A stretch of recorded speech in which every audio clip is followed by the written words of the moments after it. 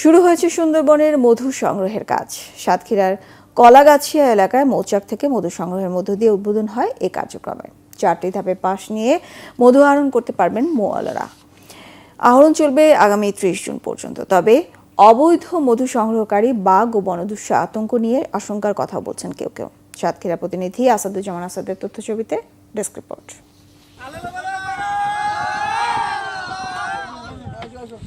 এইভাবেই মিষ্টি মুখ করে সারি সারি নৌকা নিয়ে প্রস্তুত মোয়ালরা।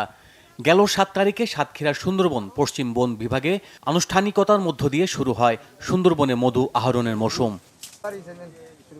মধু সংগ্রহের মৌসুম নিয়ে খুশি হলেও বন্যপ্রাণী দস্যু আর বন বিভাগের অসাধু কর্মকর্তা কর্মচারী নিয়ে নানা অভিযোগ রয়েছে মোয়ালদের।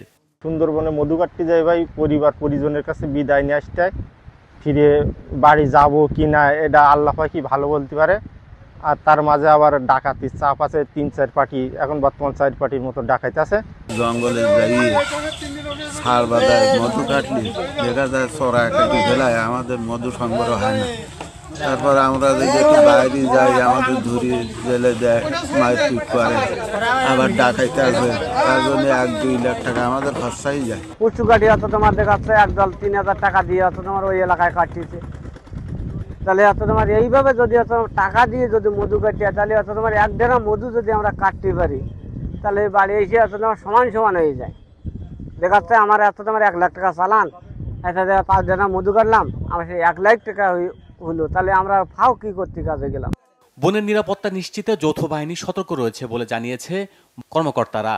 বন অধিদপ্তর সম্মিলিতভাবে এই যে বনদস্যুতার কথা বলা হচ্ছে, এটা দমনের জন্য সম্মিলিতভাবে প্রচেষ্টা চালিয়ে যাচ্ছে।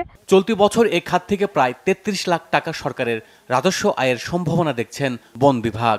আপনার যারা পর্যটক আছেন তাদেরকে আপনার উৎসাহ দিয়ে থাকেন কিভাবে মধু সংগ্রহ করা হয়, কিভাবে আপনার মধু আমরা আপনার কাটি, এই জিনিসগুলো, এবং আপনার কিভাবে আপনার এই জিনিসগুলো আপনার করা হচ্ছে, এই বিষয়গুলো নিয়ে আমরা আপনার ট্যুরিজমের আপনার প্রমোট করার চেষ্টা করছি। সব ঠিক থাকলে চলতি বছরে সুন্দরবন থেকে 1500 কুইন্টাল মধু এবং 400 কুইন্টাল মোম আহরণের লক্ষ্যমাত্রা নির্ধারণ করেছে সরকার।